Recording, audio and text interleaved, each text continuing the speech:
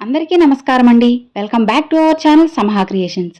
ఇక ఈరోజు వీడియో ఏంటి అంటే, భార్యపై భర్త అనుమానానికి ఇవి రెండే ముఖ్యమైన కారణాలు.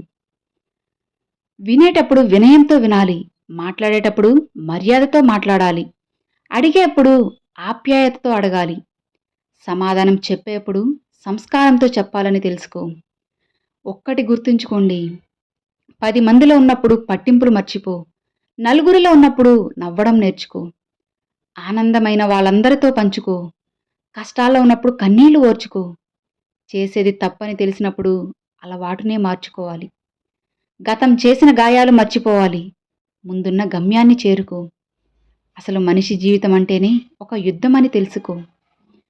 బియ్యపు గింజ మరిగే పాలతో కలిస్తే పాయసం అవుతుంది, అదే ఎసరుతో కలిస్తే అన్నం అవుతుంది. పసుపుతో కలిస్తే అక్షించే దీవించే అక్షింతలవుతాయి, అదే బొగ్గుతో కలిస్తే చేతబడి అవుతుంది. మనం కూడా అంతే, నలుగురిలో కలిసే విధానాన్ని బట్టి మన యోగ్యత నిర్ణయించబడుతుంది. నిజమే కదా? వీళ్ళు మాత్రమే మంచివాళ్ళు, మిగిలిన వాళ్ళు అవకాశవాదులని ఎవ్వరికీ ట్యాట్ వేసేయకండి. అవకాశం, అవసరం రానంత వరకు అందరూ ఉత్తములే. ఎవరికి వారు ముఖానికి ముసుగు వేసుకొని మాట్లాడేవారే. పైకి పలికేది ఒకటి, అంతరగత సంభాషణ మరొకటి. ఉన్నది ఉన్నట్లు మాట్లాడితే చెంత ఒక్కరు కూడా ఉండరు. అందుకే అవసరాలు అప్పుడే మనం గుర్తుకు వస్తున్నామనుకోండి, ప్రస్తుత పరిస్థితుల్లో అవసరాలే మనుషుల మధ్య ఉన్న దూరాన్ని కలిపే దారంలాగా కనిపిస్తున్నాయని సర్దుకుపోవాలి. ఎందుకంటే ఉరుకుల పరుకుల ఈ బిజీ జీవితంలో ఎవరిని నిందించడానికి లేదు. మనకి ఎంత ఆస్తి ఉన్నా తినేది ఆహారాన్ని, మనకి ఎంత గుర్తింపు ఉన్నా అందరూ చూసేది మంచి గుణాన్ని, మనం ఎంత మంచి కులంలో పుట్టినా అందరూ చూసేది మంచితనాన్ని, మనది ఎంత గొప్ప మతమైనా అందరూ చూసేది మానవత్వాన్ని. ధనముంటే ధనవంతుడంటారు, అదే దానం చేస్తే భగవంతుడంటారు. ఇది తెలియక చాలామంది ధనవంతులుగానే మిగిలిపోతున్నారు. బుద్ధి లేని వాడితో వాదించడం అంటే మన చెంప మీద వాలిన దోమను మన చేత్తోనే కొట్టుకోవడం. ఎన్నిసార్లు దాన్ని కొట్టి చంపాలని చూసినా అది చావదు సరికదా, మన చంపల్ని మనమే వాయించుకున్నట్లు ఉంటుంది. అందుకే అలాంటి వారితో వాదనకు దిగడం కంటే వీలైనంత దూరంగా ఉండడమే మంచిది. గుర్తుంచుకో, చెడు స్వభావం కలవారిని తెలిస్తే వాళ్ళు ఎంత సొంతవారైనా పరాయి వాళ్ళైనా పక్కన పెట్టు.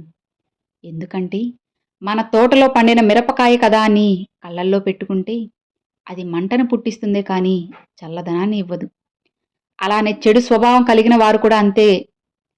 అబద్ధాలు చెప్పి ఒకరి మీద నిందలు వేస్తే ఈ క్షణం నీలాంటి 10 మందికి నువ్వు కరెక్ట్ అనిపించవచ్చు, కానీ కాలం నీకు వ్యతిరేకంగా మారే రోజు ఒకటి వస్తుంది. ఆ రోజు మాత్రం ఖచ్చితంగా వందలాది మందిలో నువ్వు దోషిగా నిలబడాల్సిందే. మనిషి జీవితంలో ఈ 7 తప్పులు అస్సలు చేయకూడదు. అందులో 1, అనవసరమైన దానికన్నా ఎక్కువగా చింతించడం. 2, తల్లిదండ్రుల్ని నిర్లక్ష్యం చేయడం. 3, ఎవరేమనుకుంటారో అని ఆలోచిస్తూ వెనకడుగు వేయడం. 4, ప్రేమించిన ఆత్మీయుల వద్ద నిజమైన ఫీలింగ్స్ చూపించలేకపోవడం. 5, గతం లేదా భవిష్యత్తు కోసం ఆలోచిస్తూ వర్తమానంలోని మధుర క్షణాలు కోల్పోవడం. 6, జీవితంలో రిస్క్ తీసుకోలేకపోవడం. 7, కుటుంబానికి సరైన సమయం కేటాయించలేకపోవడం.